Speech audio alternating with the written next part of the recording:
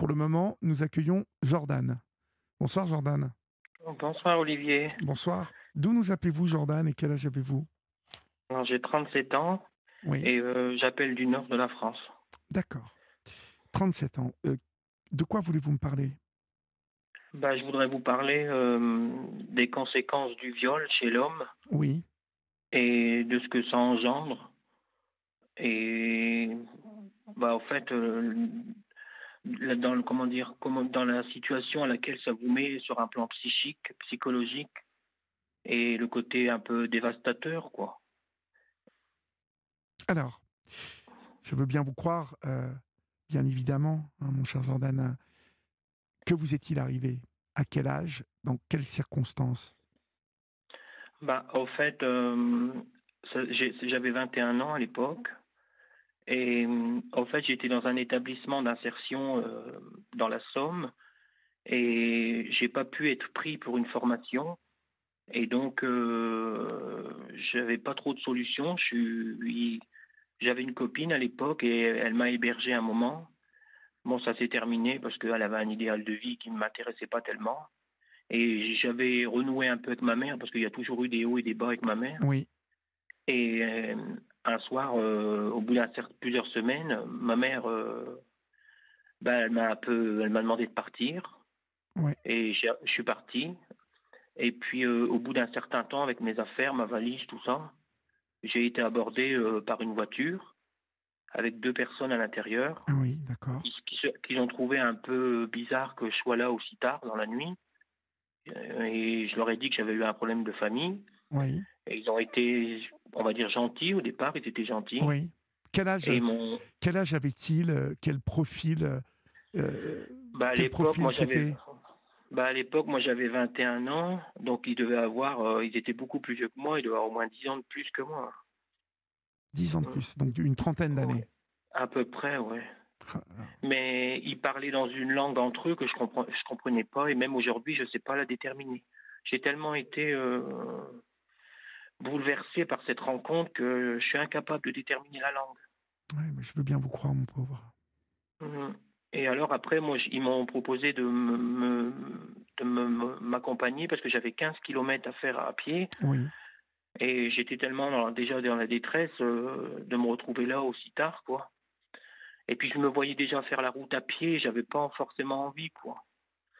Et puis ça m'avait un peu replongé aussi dans, comment dire, comme j'avais déjà vécu la rue à mes 18 ans, j'avais oui, dormi dans la rue, ça m'avait un peu replongé, au fait, et ça m'avait déboussolé. Et comme oui. ils m'ont proposé de monter, j'ai dit, je vais monter. Alors au début, quand je suis monté, il y a eu un très long silence, jusque, en fait, on était sous l'éclairage public, quoi, en roulant. Oui. Et à partir qu'on est entré sur une départementale, ils ont cherché un petit peu à m'impressionner, mais j'ai pas trop réagi. Et puis après, au bout de 10 minutes sur la départementale, il a coupé la route, la voie opposée, et il s'est garé sur l'accotement. Et le conducteur, il est descendu et il est parti. Et ça a duré, c'était très long. Mais il est J'avais l'impression parti, que, c'est-à-dire vous êtes resté dans la voiture avec le second? ouais. Et l'autre, il est parti en sous-bois. Je sais pas. Je pensais qu'il était parti chercher quelque chose ou même peut-être faire ses Oui, besoins. Je sais oui, pas. oui. Et après, au bout d'un certain temps, l'autre, il descend. Et là, il me demande de descendre. Et moi, je lui dis, il me demande aussi à moi de descendre. J'ai dit non. Et là, il a commencé à crier, mais dans sa langue. J'ai pas compris. Alors, Quelle langue c'était, à votre avis? je sais pas. Je n'arrive pas à remettre. Je vais même vous dire un truc. Il m'a fallu presque 15 ans pour me rappeler du modèle de la voiture. Parfois, ça Ah fonctionne bon? comme des flashs. Oui. Ouais, ça fonctionne comme des flashs dans la tête. Et c'est très, très perturbant. C'est comme les odeurs. Parfois, j'ai l'odeur de ces deux individus qui me réapparaît dans le Oui, nez. oui, mon pauvre, oui, oui. Alors, je suis obligé de me laver le nez. Alors, après, parfois, j'ai des rhumes, j'ai des mal de gorge. Mais vous Alors, avez été victime d'un viol, de la part des deux? en fait, il y en a un au début qui est parti. L'autre, il m'a obligé à descendre. Après, il m'a demandé d'avancer, mais j'ai pas voulu. Il m'a donné un coup de poing dans le visage, au niveau des deux yeux, on va dire. Et ça m'a fait comme une décharge électrique dans le crâne. Et du coup, ça a réduit ma vue. Alors ça m'a fait encore plus paniquer. Et je tremblais, je tremblais de tout mon corps, comme même mes genoux tremblaient. C'était horrible. On avait l'impression que j'avais perdu le contrôle de moi. Et après, j'ai avancé.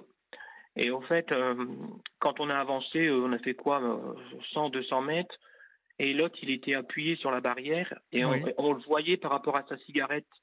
C'est parce qu'on voyait qu'il était en train de fumer. Et en fait, on a contourné la barrière parce qu'elle était fermée. Sur le côté, il y avait un léger passage. Et dès que j'ai franchi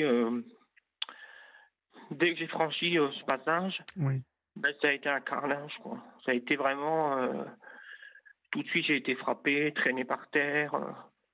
Je- J'ai été déshabillé. J'ai été maintenu par l'autre. Et puis l'autre, pendant ce temps-là, il m'a détruit de l'intérieur. J'avais des douleurs Mon épouvantables dans le Dieu, ventre. mon Dieu. Ouais. Vous n'avez J'ai jamais, imploré. vous, Non, vous non, je n'avez suis un jamais peu ému. retrouvé vos agresseurs, Jordan? Non, jamais. Jamais. Parce que j'ai fait une erreur, c'est que la naïveté de ma jeunesse, j'ai cru que j'allais rentrer à l'hôtel parce que mon but était ça. Quand ma mère m'a mis à la rue, c'était de partir à l'hôtel et puis avec ça quoi. Quand j'ai vécu ça, je me suis dans ma tête une fois qu'ils sont partis quoi, je me suis dit je vais aller à l'hôtel et je vais me laver puis je vais reprendre ma vie. Mais le problème c'est que ça s'est pas passé comme ça en fait. Parce que après il y a tout un système dans votre tête, votre corps. C'est comme si tout était déréglé. On aurait dit comme si j'étais un ordinateur qui avait été complètement. Oui, oui. La carte mère s'était effacée, en fait. Oui, c'est ça, c'est ça. Et puis il y a aussi, comment dire, le besoin, comme c'est pas de vouloir. Il y a un sentiment de purification qui vous bouffe la vie, et aussi bien extérieur qu'intérieur. Le premier soir, je me souviens que je me suis mis le tuyau de douche dans la gorge. Et après, ça a été des lavements au derrière. Après, ça a été récurer les bras, récurer la tête. Et ça partait pas. Et cette odeur, elle partait pas. Est-ce que vous avez réussi à identifier la langue de ces hommes? Non, pas du tout. J'arrive pas. J'arrive pas. Mais mon psychiatre, il dit que ça peut revenir parce que ça fonctionne avec des flashs. Vous voyez la voiture, à l'époque, on m'avait demandé aussi parfois, et on m'a dit, c'est moi qui je cherchais dans ma tête et j'arrivais pas. Et au fait, avec le temps, je sais que c'était une 205. Une 205, Maintenant, d'accord. ouais, maintenant, je suis sûr que c'était une 205. Elle était de couleur sombre. Et à l'intérieur, il y avait une bâche. Je me souviens qu'il y avait une bâche parce que j'étais très mal assis dans cette voiture.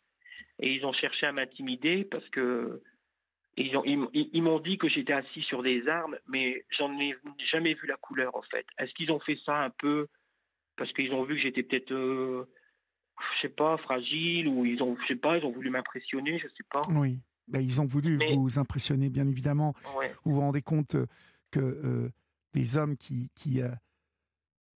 s'attaquent à un jeune homme comme à une jeune femme hein, sont bien évidemment euh, déjà habités comment vous dire, de mauvaises intentions et surtout ont une moralité qui n'existe pas en fait. Hein. Donc ils ont vu que vous étiez fragile et ils ont vu que vous étiez impressionnable. Donc à mon avis, voilà, ils vous ont raconté qu'il y avait des armes parce qu'ils se sont dit il va pas bouger comme ça, il va avoir peur. C'est ce qui s'est passé d'ailleurs. Vous aviez peur. ouais, je pense, ouais. Ah ouais. Et au début, moi je pensais qu'ils voulaient de l'argent ou quoi. Et j'ai voulu leur donner mon argent parce que j'avais eu mon solde de tout compte de l'école où j'étais, l'école de la deuxième chance. Et j'ai voulu leur donner, ils ont rigolé. Alors, parce que je me suis dit, après, avec le recul, je me dis, ben, ils avaient peut-être pas besoin d'argent, ils en avaient. Et après, pareil, avec le recul, je me souviens qu'il y avait une odeur très très forte dans la voiture. Ah bon. Et maintenant, ouais, je pense que c'était de la drogue. Ah ah. Ouais, je pense qu'ils avaient fumé. De toute façon, ils n'étaient pas dans leur état normal, ces gens-là. Oui. Ils n'étaient Peut-être. pas. Peut-être ça s'est passé dans le nord, près de la frontière belge, ça. Ouais, ouais, ouais, ouais, ouais. Sur une Mhm. départementale que je passe, mais que j'essaye de pas regarder. Mais Et vous j'aurais n'avez voulu. jamais réussi à identifier, parce que vous connaissiez les lieux où ils vous ont ramassé. Ouais, par cœur, oui. Bon, vous n'avez jamais réussi à retrouver l'endroit. Vous l'avez cherché ou vous avez eu Non, peur de non, chercher? mais je vais vous dire quelque chose parce que comme il y avait eu cette espèce de rupture avec ma mère, donc pendant plus de 5, 6 ans, je suis pas retourné là-bas. Et puis j'avais peur de les recroiser. j'avais peur de retomber sur leur chemin et c'est pour ça, alors je suis resté dans la ville à 15 kilomètres de là et je les ai jamais croisés, jamais. D'accord. On va faire une petite pause, Jordan. D'accord, Et puis, d'accord, on va laisser passer le journal. Et puis, on revient dans quelques minutes, d'accord? d'accord, très bien, À tout de merci. suite. Il est 23 heures passées de 5 minutes à peine. Vous êtes sur Europe 1. C'est la libre antenne d'Europe 1 et vous pouvez composer le 01 80 20 39 21. Nous sommes là pour vous écouter, chers amis. Vous pouvez, comme Marie l'a fait en début d'émission et comme Jordan l'a fait aussi, composer ce numéro ou nous écrire à libreantenne@europe1.fr ou rejoindre notre communauté sur notre page Facebook de la Libre Antenne et puis aussi nous écrire 2 rue des Cévennes ici à Europe 1 dans le 15e à Paris. Voilà, il y a plein de chemins qui mènent à cette Libre Antenne. Vous pouvez, je vous le rappelle, préparer votre intervention à l'antenne si vous êtes toutefois un peu timide. Mais si vous le sentez, vous pouvez bien évidemment composer le numéro de téléphone et peut-être aurais-je le plaisir de vous parler tout à l'heure. Nous sommes avec Jordan qui évoque cette agression qu'il a vécue étant jeune, une agression alors qu'il avait 15 ans. Vous me disiez que votre maman vous avait mis hors de chez vous, hein, Jordan. Oui, en fait, ma mère, elle ne m'a pas élevé. Au fait, j'ai été élevé par ma grand-mère Oui, maternelle parce qu'au fait, ma deuxième sœur, elle a eu une leucémie à 4 ans. Et au fait, ma mère, elle m'a confié à ma grand-mère et elle ne m'a pas récupéré parce que ma grand-mère, on va dire, je crois que c'est 2 ans ou 3 ans avant moi, avant ma naissance, elle avait perdu son fils dans l'incendie de sa maison. oui. Et donc, elle avait perdu un peu la raison, quoi. Elle était tellement blessée par cette perte. Et donc, ma mère, elle m'a confié, mais comme pour permettre à ma grand-mère de continuer de vivre. Mhm. Mm. Et je pense que ça a marqué une rupture avec ma mère. Du moins, les liens que j'aurais dû avoir avec ma mère normale ne se sont pas faits. Donc, ma mère, comment dire, elle a été plus que toxique et même dangereuse pour moi parce que elle m'a malmenée, elle m'a dénigré, elle m'a dit les pires horreurs qu'on puisse entendre Oui, quand puis on a un très, elle a un peu gagné le très... cocotier hein, le soir où elle vous a mis dehors, quand même. Mais en fait, elle m'a mis dehors quand j'avais 15 ans parce que, soi-disant que je ne lui rapportais plus d'argent parce qu'elle travaillait pas, elle vivait des minima sociaux. Et elle m'a dit, comme tu ne veux plus aller à l'école, ben, je voulais plus y aller à l'école parce que dans la façon à laquelle elle m'envoyait, elle me responsabilisait. Elle me disait si tu vas pas à l'école, on va me couper mes allocations familiales. Elle m'a jamais parlé de mon avenir. Jamais on m'a dit va à l'école pour ton avenir. On m'a dit va à l'école parce qu'on va me couper mes allocations familiales. Alors moi du coup à 15 ans, j'ai plus envie d'aller. Elle m'a mis à la porte et je suis reparti chez ma grand-mère. Et malheureusement à mes 17 ans, ma grand-mère est décédée. Et j'ai voulu retourner chez ma mère, mais là ma mère elle n'a pas trop compris pourquoi je souffrais autant d'avoir perdu ma grand-mère, Mhm. parce qu'elle disait que je ne pouvais pas avoir plus mal qu'elle, que c'était sa mère et que c'était pas la mienne. Et ben, Votre mère Jordan, n'a jamais été à la hauteur. Vous voyez ce que je veux ben dire? moi je pense, mais Elle vous a fait beaucoup pardon, de mal. mais Elle vous a fait oui, beaucoup de mal. mais ce qui est difficile, c'est déjà ce qu'il y a de plus tragique pour un enfant, c'est de ne pas être aimé. Ça c'est terrible, c'est quelque chose que j'ai beaucoup de mal à accepter parce que j'ai rien commis, j'ai rien demandé. J'ai pas demandé à venir sur cette planète, j'ai pas demandé à vivre tout ça. Oui, Et je m'aperçois au fond que ce que ma mère m'a fait vivre, ça m'a mis dans une espèce de vulnérabilité bien sûr. que certainement ces agresseurs ont ressenti parce que j'avais 21 ans, j'étais assez gentil, j'étais un petit catholique bien gentil, j'avais un idéal de vie, je me projetais, j'étais un petit peu ambitieux, mais bon malheureusement après tout ça, ça a disparu. Mais parfois aussi les mots que ma mère a employés, ça a été complètement aussi destructeur, vous Oui, savez. oui, je comprends. Elle cherchait à vous blesser, à vous rabaisser, votre mère. Oui, tout le temps. Et en plus, parfois, il y avait des formes de sévices du genre, elle me faisait dormir à même le sol, par terre, au bout de son lit, avec une simple couverture et un oreiller. Parce que, on va dire le soir, le samedi soir, on va dire qu'elle était dans une espèce d'ambiance un peu euphorique, elle avait pris de l'alcool, on va dire qu'elle était plutôt plaisante et joyeuse. Oui, Donc elle me tolérait dans sa chambre, mais le lendemain matin, genre à la levée du jour du dimanche, quoi, On aurait dit que c'était quelqu'un d'autre. Elle rentrait dans une espèce de furie. Elle me jetait en bas des Elle était escaliers. alcoolique, votre mère, non? À cette époque-là, moins qu'aujourd'hui. Mais aujourd'hui, je pense qu'elle l'est encore plus. Oh, Mais elle est dans le déni. j'allais vous demander si elle était encore en vie, mais oui, donc visiblement, Ouais, ouais. oui. Ouais, mais moi j'ai coupé les ponts. Vous comprendrez que c'était compliqué Mais pour bien moi. sûr, mais vous avez parfaitement bien fait, Jordan. On va échanger hein, tous les deux parce que je crois qu'il faut Ouais. que vous compreniez que toute cette couche de crasse, hein, et j'emploie des termes un peu polis, ça n'est pas la vôtre, Jordan. C'est celle de votre mère. Euh, Bien évidemment, après, nous parlerons de l'agression en tant que telle. Oui. Mais tout d'abord, le travail que vous avez à faire, il est sur deux fronts, on va dire. Hein. Le front de de la mère blessante, de la mère tortionnaire, de la mère qui n'a jamais assumé la responsabilité de mettre son enfant au monde et de s'en occuper, ce qui est la mission de chaque parent, Oui, mais je me d'élever suis son toujours enfant. demandé, pardon Olivier, excusez-moi, mais je me suis toujours demandé comment on peut aimer trois enfants, les chérir, les protéger et en mettre un de côté. C'est ça, j'ai jamais compris. Pour moi, c'est l'énigme de ma vie. Ah ben, je comprends que ça soit l'énigme de votre vie. Aujourd'hui, quels sont les rapports que vous entretenez avec vos frères et sœurs? J'ai coupé les ponts. Ben voilà, elle a gagné. Mais de toute façon, ils étaient pareils. Parce que vous voyez, je veux pas paraître prétentieux, mais le fait que j'ai été élevé par ma grand-mère, bon, ma grand-mère, elle n'était pas moderne, hein, elle était née en 1928. Oui, mais bon, elle vous Elle, a éduqué, je suis sûr, votre... oui, Parce que oui, la mais manière dont que vous non, vous ils n'étaient exprimez, pas. Jordan, j'entends que la Oh, manière dont vous vous exprimez et les, les propos que vous développez, vous êtes un garçon intelligent. On sent que vous avez une éducation, que là-haut, ça marche, vous voyez. C'est pour ça que je vous dis la différence entre vous et, euh, et cette mère, et puis ses frères et sœurs, qui sont sans doute pas à votre niveau d'intellect, hein, vous voyez, de raisonnement, de capacité intellectuelle. Bah, qu'est-ce qu'ils ont c'est fait, eux? intéressant que vous me dites ça parce que mon psychiatre il m'a dit ça. Bah oui, mais parce que la réalité, il va, il va vous falloir accepter la réalité, Jordan.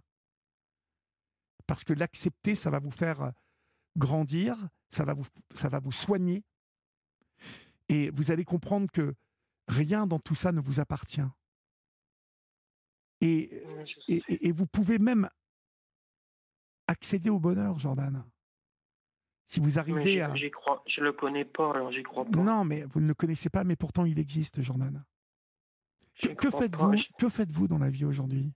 Ben, je ne travaille pas malheureusement. Bon, mais J'ai entrepris plein de choses et à chaque fois ça a été voué à l'échec parce que ça va pas. J'ai des crises de panique. J'ai même tenté de passer mon bac.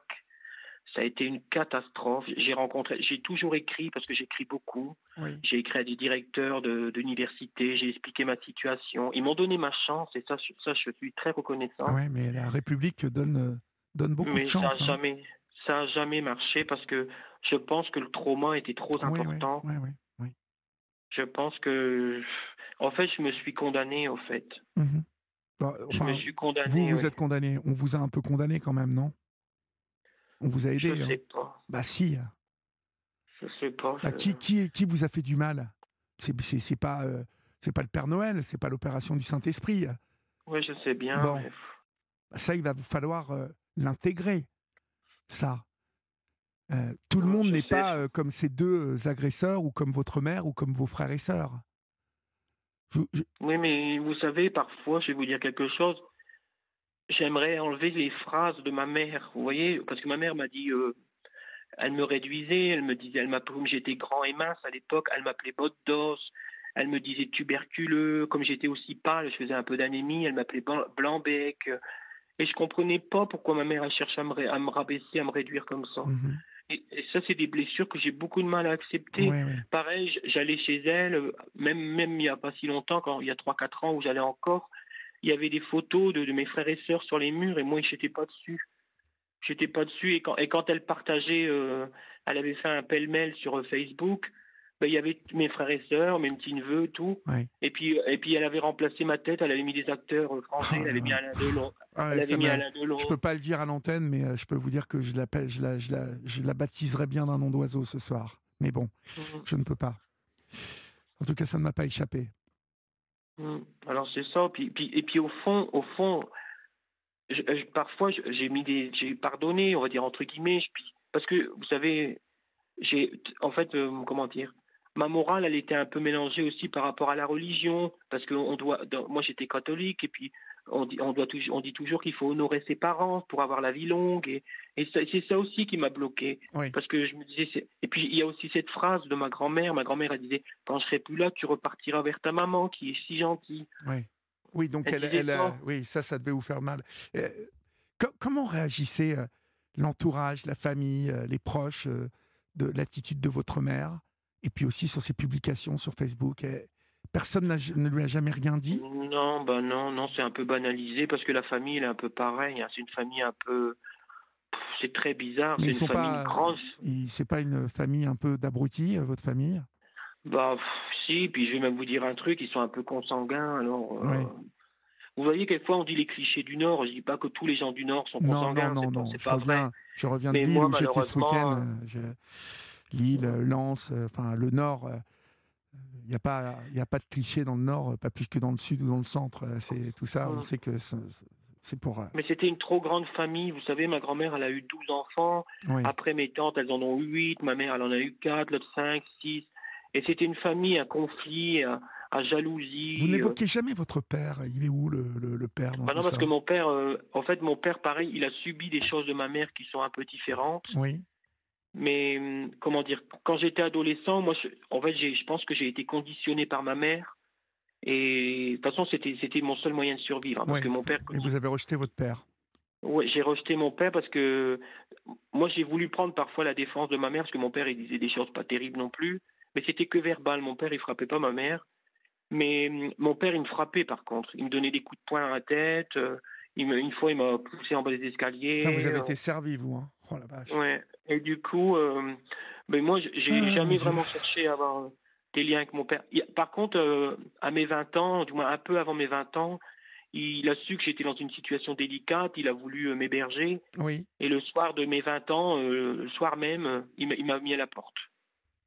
Parce qu'il avait disputé avec ma mère, il avait espéré la reconquérir, et elle n'a pas voulu parce qu'elle avait déjà quelqu'un en vue. Mhm. Ben, c'est moi qui ai pris. Ouais. Alors il m'a mis dehors, ben, reparti dans un foyer. Voilà.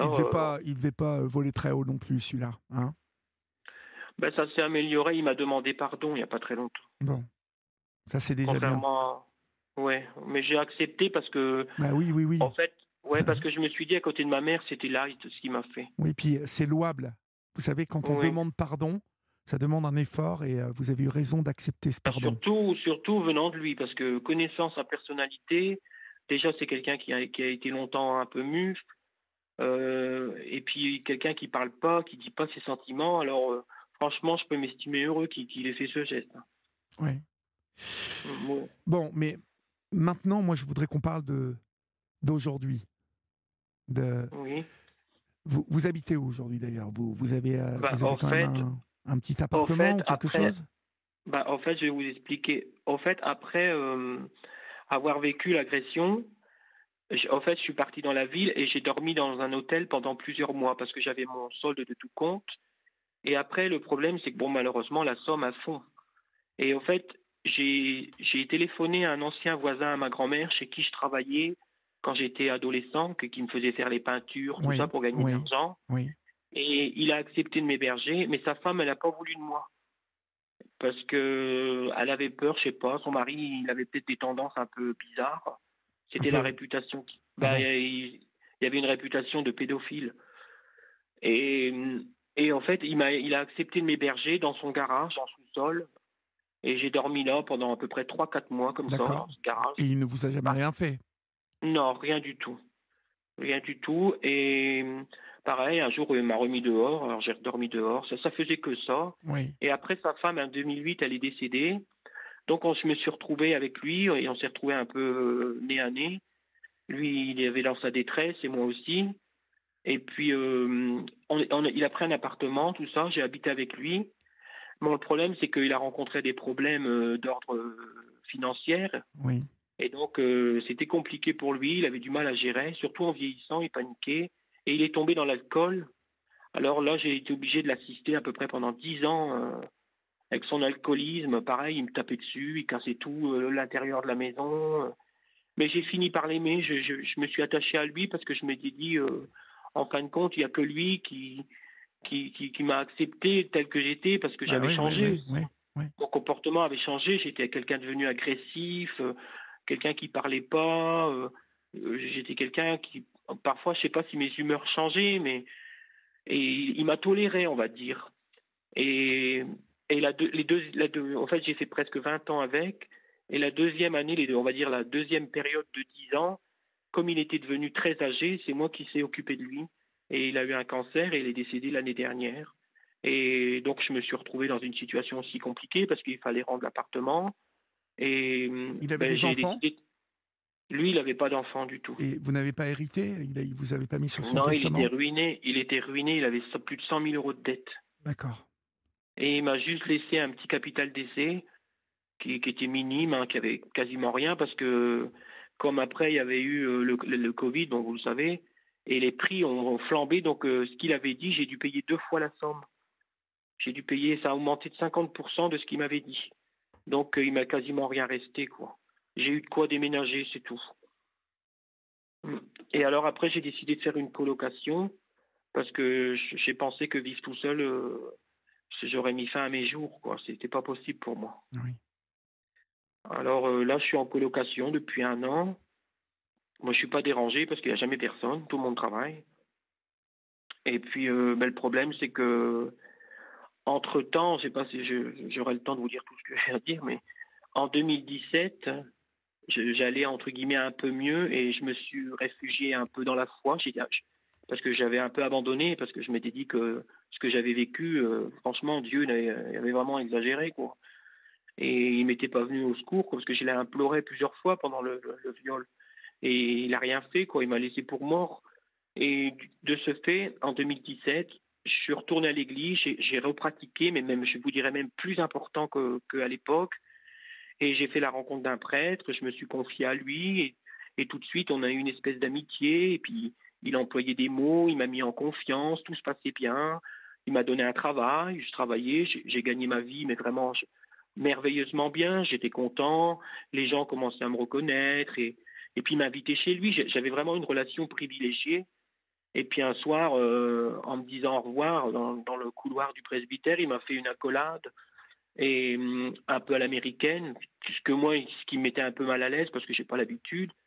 Et au fait, au moment où je me suis redressé, et là, il m'a plaqué contre le mur, il m'a foutu sa langue dans la bouche. Oh, putain.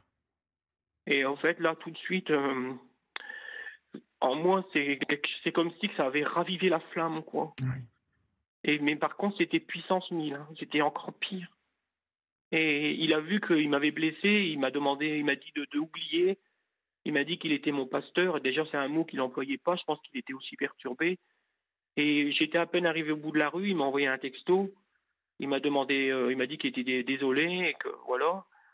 Et puis après, moi, je suis parti quelque temps à Lourdes parce que c'est ce qui était prévu. Je suis parti à peu près 15 jours, mais pendant ce temps-là, il y avait silence radio et on n'a pas communiqué. Quand je suis revenu, j'ai voulu le revoir et il n'a pas voulu. Et après, moi, j'ai envoyé des textos, je l'ai un peu insulté, je lui ai dit que c'était horrible ce qu'il m'avait fait, et que surtout qu'il était au courant et que j'avais déjà été abîmé par la vie et tout. Et alors, il m'a proposé de venir à l'église, mais j'ai été à l'église et je ne l'ai pas vu. Et en sortant de l'église, il sortait du presbytère avec des gens et tout ça. Et j'étais sur le trottoir d'en face et il m'a demandé de venir. Et il a insisté parce que je voulais pas trop. Et je lui ai dit, mon père, vous m'avez fait trop de mal. Pourquoi vous m'avez fait ça? Il m'a dit, mais et tout de suite, il s'est reporté à lui. Il m'a dit, mais mon grand, et moi? Mais j'ai dit, mais mon père, vous saviez très bien ce que j'avais vécu. Pourquoi vous m'avez fait ça? Et je lui ai dit, et puis j'ai été un peu congédié, alors je comprenais pas. Et il m'a dit, je me suis séparé de toi, mon grand, parce que tu incarnais la tentation. Ah bah tiens, Et c'est alors fastoche. et quand il m'a dit ça, ben, j'ai eu envie de mourir. Ah, mon pauvre. Ouais. j'ai eu envie de mourir. Alors tout de suite, comme j'avais des responsabilités, que j'avais les clés et tout, le lendemain, au fait, le soir, quand je suis rentré, j'avais dans l'idée de monter dans le clocher, parce qu'il est très haut, Et de vous on dirait jeter même du clocher. ouais, et me jeter. C'était comme pour soustraire ma souffrance. Mhm. Et j'ai résisté, j'ai résisté, j'ai résisté. Et j'ai pris tout ce qu'il m'avait donné, les livres et tout, les clés, j'ai fait un carton et je l'ai jeté dans l'entrée du presbytère. La dame, elle a réagi un peu bizarre. Et j'ai dit, vous donnerez ça à l'autre, là. Et elle a compris. Et puis, à partir de là, tout s'est réenclenché. Je suis tombé dans la dépression, mais plus profonde qu'elle n'était. Et j'en ai parlé à un évêque, j'ai demandé à le rencontrer parce que je voulais pas retomber dans le silence. Parce que vous savez, la première fois, je me suis muré dans le silence, mais je me suis muré dans la torture. Hein, parce que parfois, il y a des silences qui vous torturent l'esprit, mais Oui. c'est limite l'enfer à l'intérieur. Hein. C'est comme si qu'il y avait le feu. C'est comme si qu'on vous arrachait les entrailles. C'est épouvantable. Et j'ai pas voulu repartir dans ce délire comme j'avais fait la première fois. Et de ce fait, j'ai été voir l'évêque. L'évêque m'a reçu. Oui. Et là, il y a eu une espèce de petite confrontation autour d'une table. Et en fait, il a reconnu, il a dit que c'est vrai, qu'il avait été imprudent et qu'il remettait ça sur la mort de son frère handicapé, qu'il avait eu un moment de faiblesse. Et l'évêque lui a demandé de me dire pardon et il n'a pas voulu. Et après, il a commencé à dire que je lui avais envoyé une photo de moi en torse nu, mais c'était ma photo que j'avais mise sur Facebook parce que j'étais content, j'avais maigri et que j'avais fait du sport parce qu'à un moment, j'avais pris un peu de poids. Et alors, quand il a vu que l'évêque il réagissait pas, il a remballé son iPad. Et puis après, à la fin, l'évêque il m'a dit une phrase qui m'a un peu bousculé aussi dans ma tête. Il m'a dit, je lui ai dit que c'était un pervers, qu'il avait des problèmes avec son slip. J'ai dit ça comme ça. Et il m'a dit, je ne pense pas, car il est mon ami. Alors je me suis dit, il va rien faire. Il va le protéger. Et c'est ce qui s'est passé. Il a rien Bien fait du sûr. tout. Bien sûr. Il a rien fait. Et après, il est mort. L'évêque est mort. Il a eu une leucémie, il est mort. Et j'ai attendu que le deuxième, le remplaçant, s'installe. Et alors, il m'a reçu, il a été gentil, il m'a entendu, il a été bienveillant. Mais pareil, il a manqué parfois de délicatesse. Il m'a dit, je ne pense pas que votre plainte, parce que j'avais dit que j'allais déposer plainte, sera nécessaire parce que vous êtes majeur et je pense qu'il y a un problème de consentement. Mais j'ai dit, mais moi, j'ai jamais été consentant. Il m'a dit, oui, mais bon, vous êtes majeur, vous avez accepté la relation. J'ai dit, mais moi, j'ai jamais accepté de relation. Moi, je suis allé à l'église. Moi, je suis allé à l'église pour me réconcilier avec ma foi. Je suis pas allé à l'église pour avoir une relation avec un prêtre. J'ai dit, si j'avais voulu avoir une relation avec un homme, je me serais inscrit sur une application. Il y en a suffisamment. Et à partir de là, je vous dis, c'est tout le système dans la tête. Je me suis replié sur moi-même. Après, vous voyez, il y a une accumulation. On repense à tout ce que j'ai déjà vécu, le deuil. Et puis après, il y a le processus qui continue, le lavement, les médicaments. Et alors l'évêque, il a fait pour que je rencontre un psychiatre, parce que j'arrivais pas à en trouver un, c'était compliqué. Et, et là, ils m'ont proposé d'avoir une reconnaissance handicapée par rapport à ce que j'ai vécu. Alors au début, je me suis un peu... Pardon. J'ai un peu de mal, pardon. Et en fait, j'ai pas trop voulu au début parce que je repensais un peu aussi à ma jeunesse. Quand j'avais 20 ans, 19 ans, j'avais un but, c'était celui de réussir, de m'accomplir. Et je me suis dit, tu vois, en fait, tous les efforts que tu as faits pour en arriver là, quoi. Puis j'avais l'impression que en me donnant cette allocation et ce statut, je me suis dit, en fait, voilà, pouf, Allez, ouais, on efface c'était tout. le coup de gras. Ouais, c'est Ouais, le coup de grâce, au ouais, fait. ouais. Et je l'ai accepté parce que on m'a aidé, on m'a dit, il faut l'accepter, c'est pas définitif, c'est pour vous permettre de vous reconstruire. Et puis, alors aujourd'hui, ce que j'aimerais, c'est déjà, je suis content de pouvoir en parler parce que Mhm. je pense que le silence m'a. Alors, Le on va silence. justement, on va voir aujourd'hui, et puis Oui, vous allez me dire comment vous réalisez tout ça. Et on va marquer une petite pause avant, vous restez avec d'accord, moi, et puis on se retrouve dans quelques secondes. OK ? d'accord, merci beaucoup. Et puis demain, n'oubliez pas que vous retrouverez Sophie Davant dans Sophie et les copains. Sophie vous invite à participer dans la bonne humeur au grand jeu d'Europe 1 et à peut-être gagner le jackpot qui s'élève à 600 €. Vous pouvez vous inscrire dès maintenant par SMS en envoyant Sophie au 7 39 21. Et puis peut-être vous serez l'heureux gagnant de ce jackpot. Et puis demain, délocalisation de l'émission de Sophie et les copains qui se fera à partir du salon du Made in France qui se déroule du 9 au 12 novembre à Paris, porte de Versailles. Alors, si vous voulez croiser la jolie Sophie et voir comment on délocalise une émission de radio, eh bien, vous allez à ce salon, porte de Versailles, le salon du Made in France. Et puis, en plus, vous croiserez Guillaume Gibaud, fondateur du Slip français, qui est invité de Sophie demain pour jouer. Voilà. Demain, c'est entre 16h et 18h et c'est Sophie et les copains. Jordan, aujourd'hui, en fait, vous bénéficiez toujours de cette, cette allocation? Vous êtes Plus là, grand Jordan? malheur, oui. Oui, oui, je suis là. Bon, enfin, pour votre plus grand malheur, bien évidemment, je comprends que vous preniez cette allocation comme la dernière insulte qu'on puisse vous faire. Bon, j'ai envie de vous dire qu'en même temps, elle vous permet peut-être financièrement vous voyez, de contrecarrer un peu la précarité. Oui, c'est ça. Oui, ça me permet de ne pas chercher tout le temps des solutions à Bah tout. oui, oui. Et ça Oui, ça n'est pas rien, hein, Jordan. Hein. Ça n'est pas oui, rien. je sais, je le Donc, sais. il faut que vous preniez les choses. Alors, je sais que c'est facile à dire, hein, de dire ça, mais vraiment, il faut que vous essayiez de prendre les choses comme elles viennent. Euh, je veux dire, aujourd'hui, il y a, euh, il y a dans votre histoire, il y a beaucoup de SMS qui tombent pour vous. Le dernier de Sylvie qui souhaite vous communiquer son numéro de téléphone euh, et qui peut-être veut vous parler. Je ne sais pas où est Sophie, si elle est dans le Nord, mais en tout cas, elle veut vous parler. Il y a aussi Yannick qui vous dit que vous dégagez une sensibilité, une gentillesse, une intelligence qui le touche beaucoup.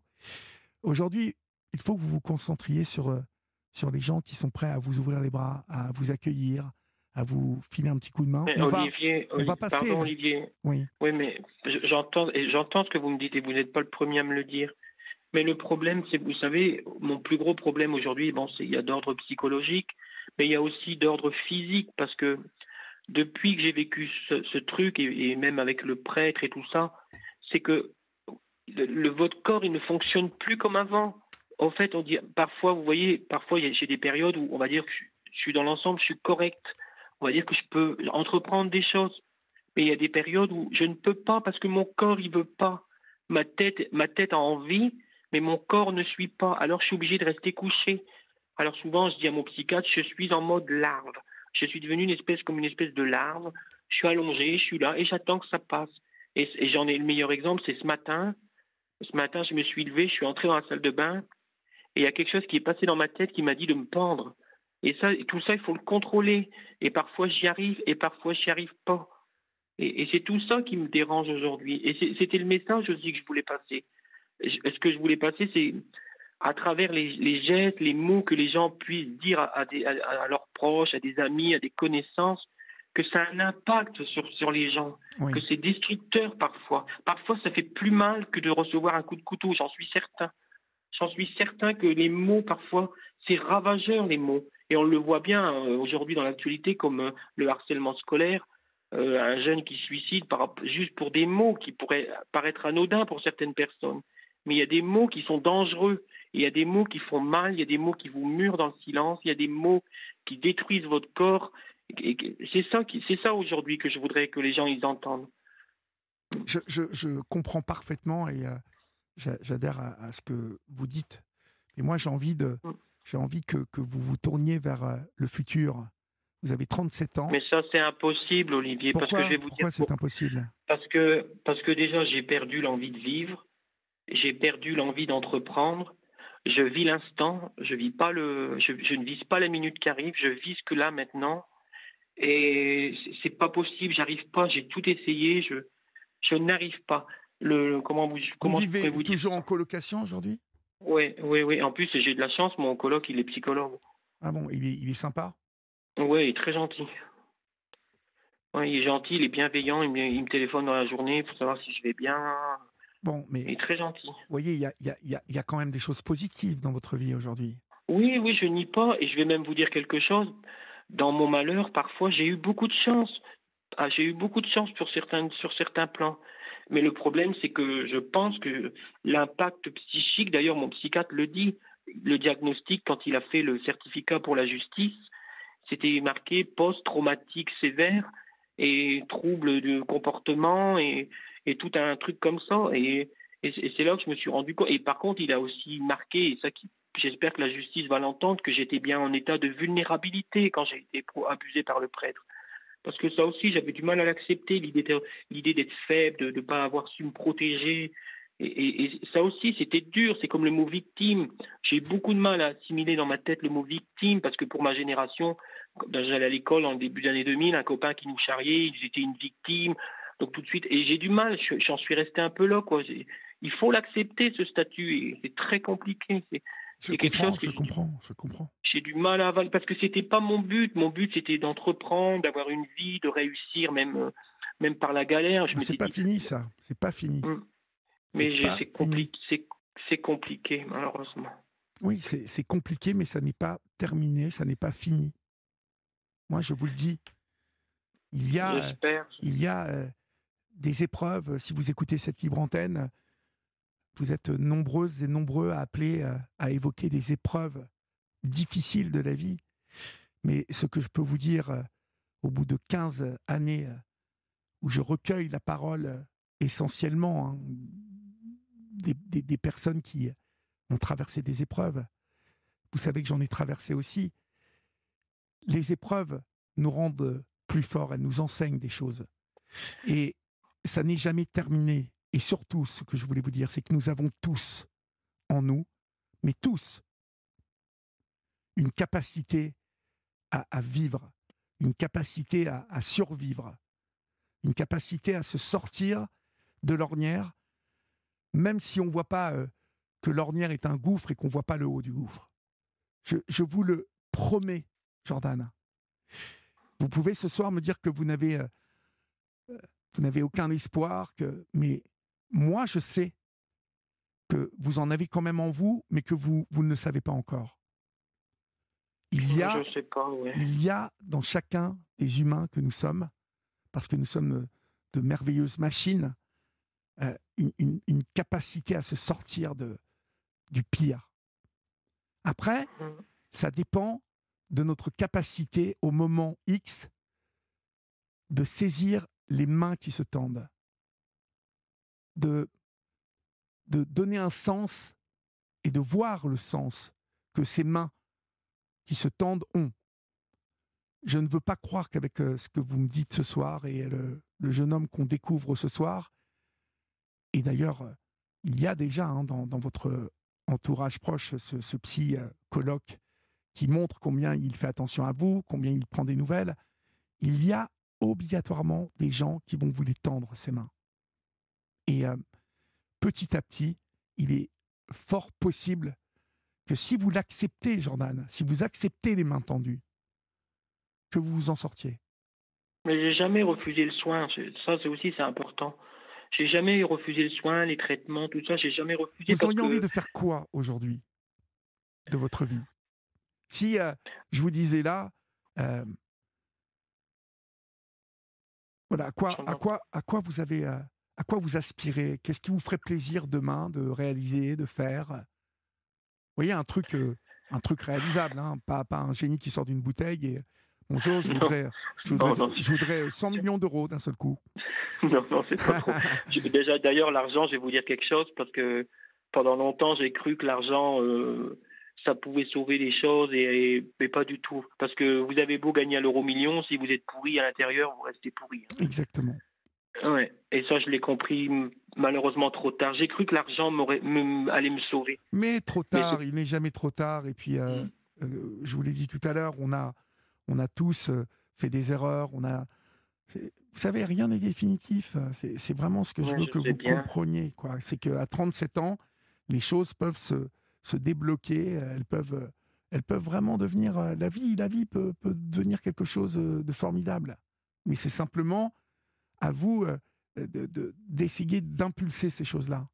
Et c'est possible. C'est possible. Ben, mais moi, je me mets pas trop d'objectifs parce que je suis pas quelqu'un d'ambitieux. Vous l'avez peut-être remarqué, je l'ai dit de toute façon. Mais alors Avec tout ce que déjà vous là, avez moi, ramassé, mon pauvre, c'est normal mais que déjà là, vous ayez perdu un peu confiance dans l'humanité, hein, en règle générale. Entre votre mère, vos frères et sœurs, cette famille un peu à ras des pâquerettes, et puis enfin tout ce que vous avez ramassé, ce prêtre qui, après le viol que vous avez subi, remet ça, vraiment. Alors, quand vous disiez tout à l'heure, j'ai l'impression qu'ils ont senti. oui, oui, je pense, oui. Hein, et Oui. Mais vous voyez, le prêtre aussi l'a senti. Vous savez, hum, tous ces prédateurs sentent l'odeur du sang, comme l'odeur du sang, vous savez, dans la jungle. Ils sentent les failles, ils sentent les fragilités. Et hum, il y a encore quelqu'un qui propose son numéro de téléphone et qui a envie de vous parler. Donc, je vous le dis, vous voyez d'accord. ce que vous provoquez là.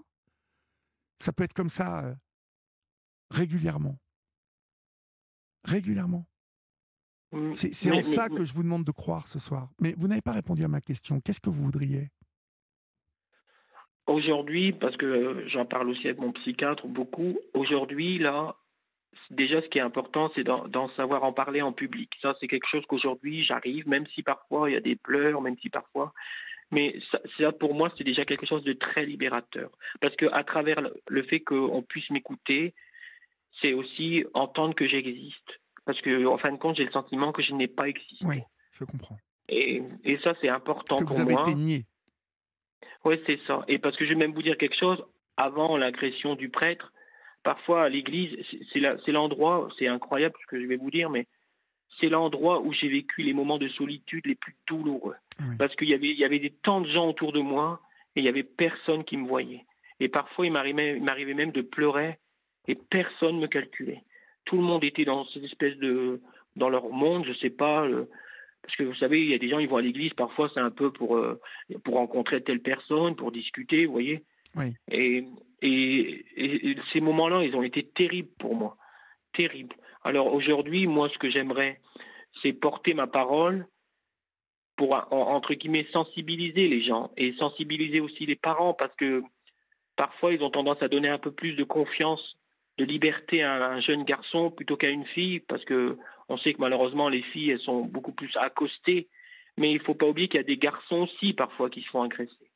Et, et, et c'est pour dire aussi, parce que moi, c'est un exemple que je peux vous donner, si vous voyez, quand on est enfant, souvent les garçons, ils peuvent forcément aller jouer dehors plus rapidement que les filles. Et, et ça, c'est un truc que j'avais remarqué, et je pense que c'est pas forcément une bonne idée de penser que parce que c'est un garçon, ça sera peut-être plus facile pour lui d'être dehors qu'une fille. C'est pas vrai, ça c'est des idées reçues. Et je pense qu'il faut protéger, je pense qu'il faut sensibiliser et dire aux gens que aussi ça peut arriver à n'importe qui et que vous soyez fille, garçon, ça peut arriver à n'importe qui. Et à travers aussi mes rencontres, et il y a des gens qui pensent qu'ils seront jamais concernés, mais ça c'est pas vrai, ça c'est pareil, c'est des idées reçues, c'est des mythes. Donc je pense qu'il faut arrêter avec ça.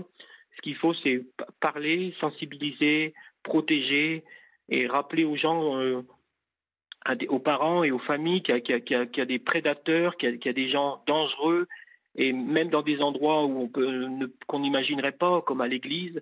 Et je ne dis pas que tous les prêtres sont des pervers, Vous savez, mais on avait encore hier soir une jeune femme qui nous parlait du viol qu'elle a subi dans le cabinet, à l'âge de 8 ans, dans le cabinet de son médecin généraliste. Donc, je pense qu'en écoutant cette libre antenne, toutes celles et ceux qui sont là régulièrement savent pertinemment bien que ces prédateurs que vous évoquez ce soir, hein, Jordan, ils sont bien évidemment, oui, ils sont partout, partout. oui, c'est ça, c'est terrible. Oui, c'est terrible. C'est terrible. Vous avez raison. C'est terrible. Donc c'est pour ça, pour revenir à votre question, ce que j'aimerais, bon, mon rêve, c'est du moins mon rêve entre guillemets, j'aimerais écrire, non pas pour vendre, pour gagner de l'argent, je m'en fous, parce que je vous l'ai dit, l'argent, ça ne me réparera pas, mais comme pour passer à autre chose. Mhm. Et le problème, c'est qu'aujourd'hui, bon, c'est très compliqué, vous savez, les maisons d'édition, c'est très très compliqué. Mais c'est aussi pour moi de passer à autre chose et comment dire, d'écrire un nouveau livre et qui serait peut-être plutôt, on va dire, meilleur que le premier tome, on va dire ça comme ça. Et, et puis après, je sais pas, je me projette pas, je sais pas ce que je pourrais faire, je me suis pas encore projeté aussi loin, mais pour l'instant, c'est plus j'aimerais sensibiliser, c'est plus dans ce sens-là, voilà. Oui. Mais vous pouvez écrire, hein, vous le savez. Je l'ai fait, mais c'est très difficile. Oui, c'est difficile. Mais C'est difficile. écrire, ne serait-ce que chaque jour, vous vous concentrez sur 2 à 3 heures d'écriture. Euh, Oui, mais D'abord, ça me met pas bien. ah, J'ai un problème avec ça. d'accord, ça vous met pas bien. Bah alors, bon, bah, pour l'instant, laissez tomber ça. Mais peut-être Mm. peut-être un petit quart d'heure, 20 minutes. Essayez en tout cas. Euh, J'essaye plein de fois. D'ailleurs, je me suis même acheté un bel ordinateur exprès. Je me suis dit, ça va me motiver. mais ça va peut-être venir. Regardez ce soir, euh, il y a euh, il y a encore un auditeur qui vous propose son numéro de téléphone.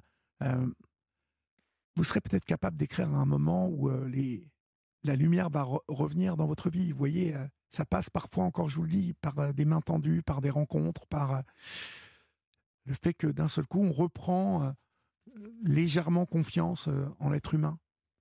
L'être humain en face va nous montrer que oui, il y a dans cette humanité qu'il nous propose, dans cette part d'humanité qu'il nous propose, quelque chose qui est intéressant euh, et qui est comme une terre fertile, vous voyez, et que Oui.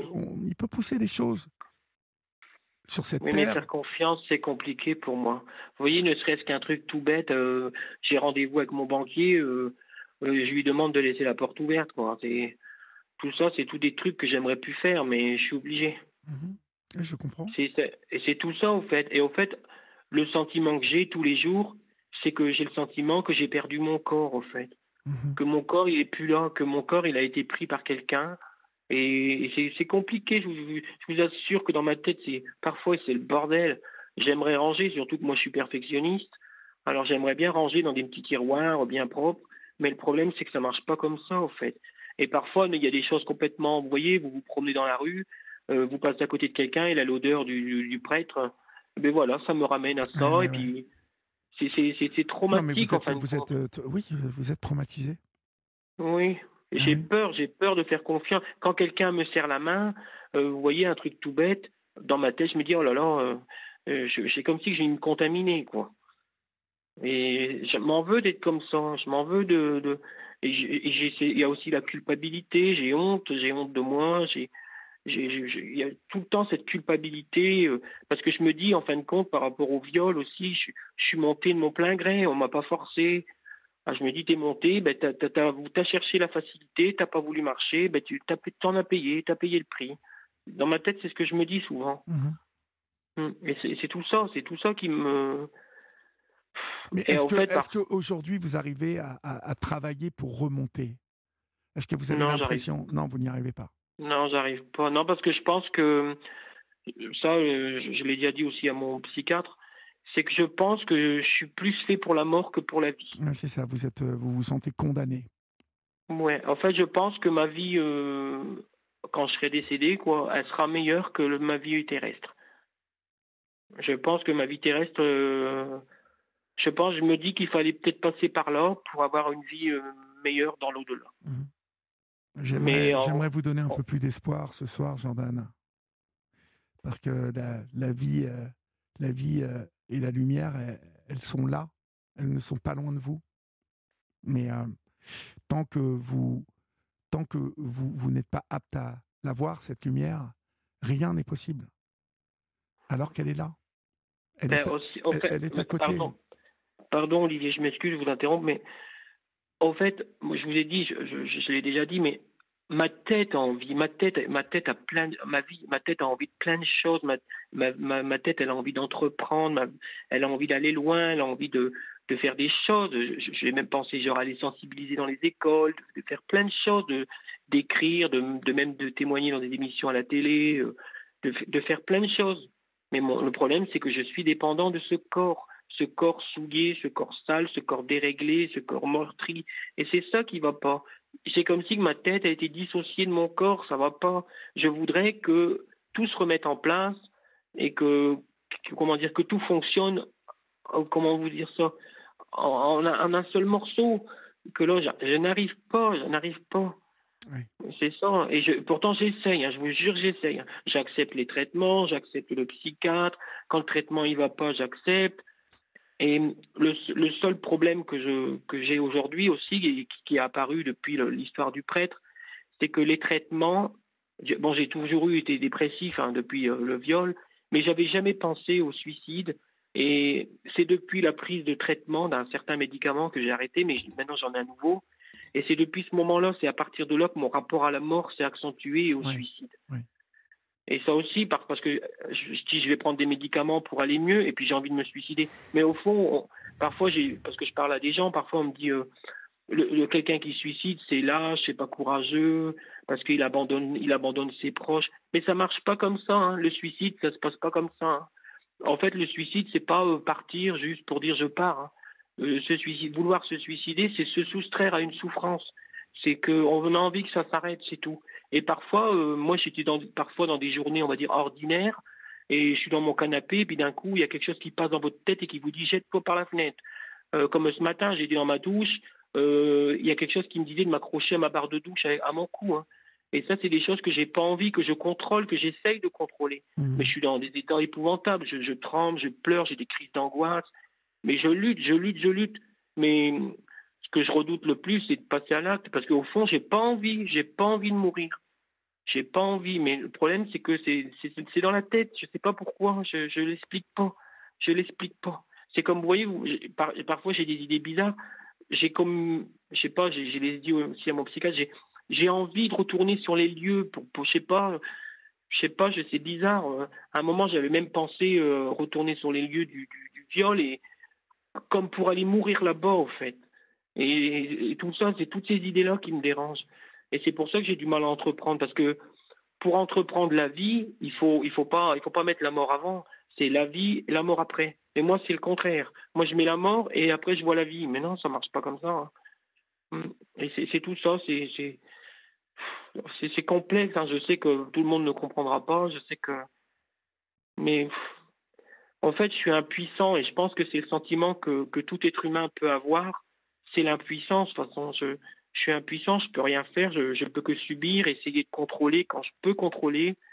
Mais je sais pas ce que je sais pas ce que je serai demain, je sais pas ce que je serai dans 5 ans, 10 ans, je sais pas. Ça, je suis incapable parce que pour moi, je peux pas me projeter aussi Ouais, loin. mais c'est Par chaque contre, chose, chaque jour à la fois, déjà. mais je vais vous dire aussi quelque chose, Olivier. Si demain la mort frappait à ma porte et on me disait tu viens mourir, j'accepterais volontiers. Hein. Ça, je vais pas vous mentir parce que je pense que je suis trop sensible pour ce monde, quoi. Quand je regarde la télé ou que je vois tout ce qui se passe, pouh là là, je me dis, mais comment les gens, qu'est-ce qui peut motiver les gens à faire autant de mal? Pourquoi? C'est quoi l'intérêt? Parce que la vie, c'est comme un éclair, on passe et hop, c'est terminé. Et je comprends pas les motivations des gens. Ça aussi, je me pose plein de questions tout le temps comme ça. En fait, ma tête, elle produit tout comme ça des réflexions sans cesse, en permanence. Mais en fait, c'est épuisant, quoi. C'est fatigant, quoi. Ouais. Et puis ça m'isole aussi parce que quand je suis dans cet état-là, ça m'isole, ça me rend silencieux.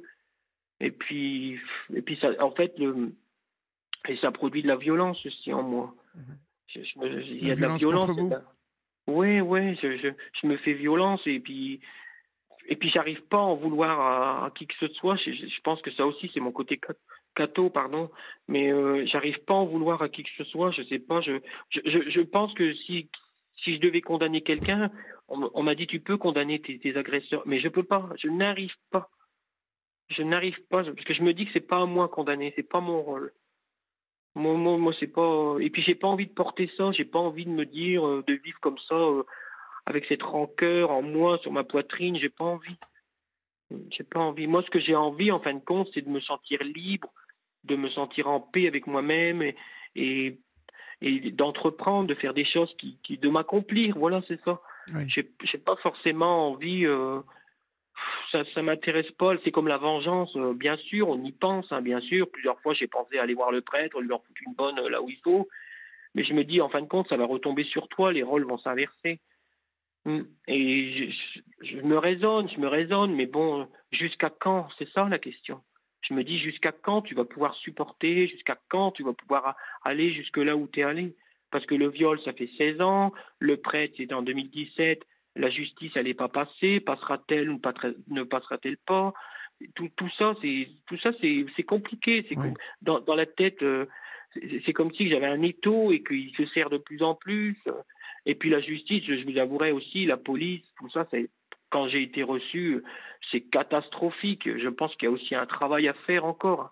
Je pense que la justice, elle n'entend pas spécialement les victimes. Ça aussi, c'est quelque chose que, dans ce que j'aimerais faire, sensibiliser, de dire à la police, de faire comprendre aussi que quand ils reçoivent des victimes, de pas employer des mots qui font mal, ou alors infantiliser, ou à chercher des aveux qu'il n'y a pas, comme ils m'ont fait à plusieurs reprises, à 10 ans d'écart, ou alors à essayer de m'empêcher de déposer plainte parce que ils n'ont pas forcément envie de faire cette enquête et que ça va être compliqué.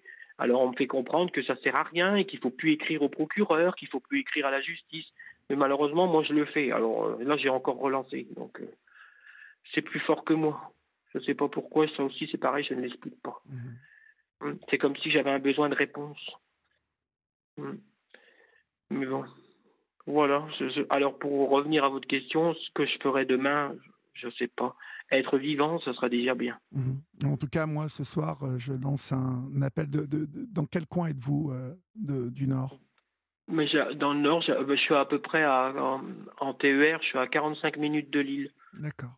Donc, vous qui nous écoutez dans le Nord, si vous êtes entrepreneur, si vous êtes commerçant, si vous êtes artisan, si vous avez envie de proposer quelque chose à Jordan ce soir, eh bien, n'hésitez pas, appelez-nous. Et puis, on vous mettra en rapport avec eux, Jordan.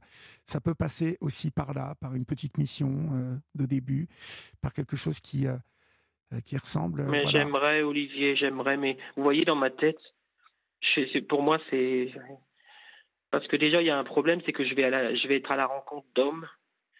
Et ça, j'ai qu'à l'idée de vous le dire, ça me rend malade. Le fait qu'un employeur me serre la main, oh là là. Bon, mais vous n'êtes pas obligé de serrer la main au début. Vous expliquez que voilà, vous savez, si on a une proposition ce soir, ça sera quelqu'un qui aura écouté cette libre antenne, donc et qui sera capable de comprendre quelles sont vos difficultés et ce qu'il y a à faire ou à ne pas faire. D'accord? Donc, oui. Mais c'est difficile d'entreprendre. Oui, mais ne mettez pas la charrue avant les bœufs. Faites confiance à l'avenir et vous verrez que vous pouvez essayer, en tout cas. Il faut toujours tenter. Et puis, si ça ne marche pas le premier coup, retenter une seconde fois. Essayez en tout cas. Et encore une fois, je ne veux pas croire que vous n'y arriverez pas. Je vais être obligé de vous quitter parce qu'il y a beaucoup de monde qui appelle ce soir. D'accord. Et n'hésitez pas à me donner des nouvelles. Et si nous en avons pour vous, on vous en donnera. D'accord? C'est gentil. En tout cas, je vous remercie de votre écoute et de votre patience. C'est gentil. Je vous en prie. Merci beaucoup. Portez-vous bien et puis j'espère pouvoir vous reparler d'ici peu et avoir de bonnes nouvelles. Hein? C'est gentil. D'accord. Merci beaucoup. Au revoir. Merci beaucoup. Jordan. Merci. Au revoir.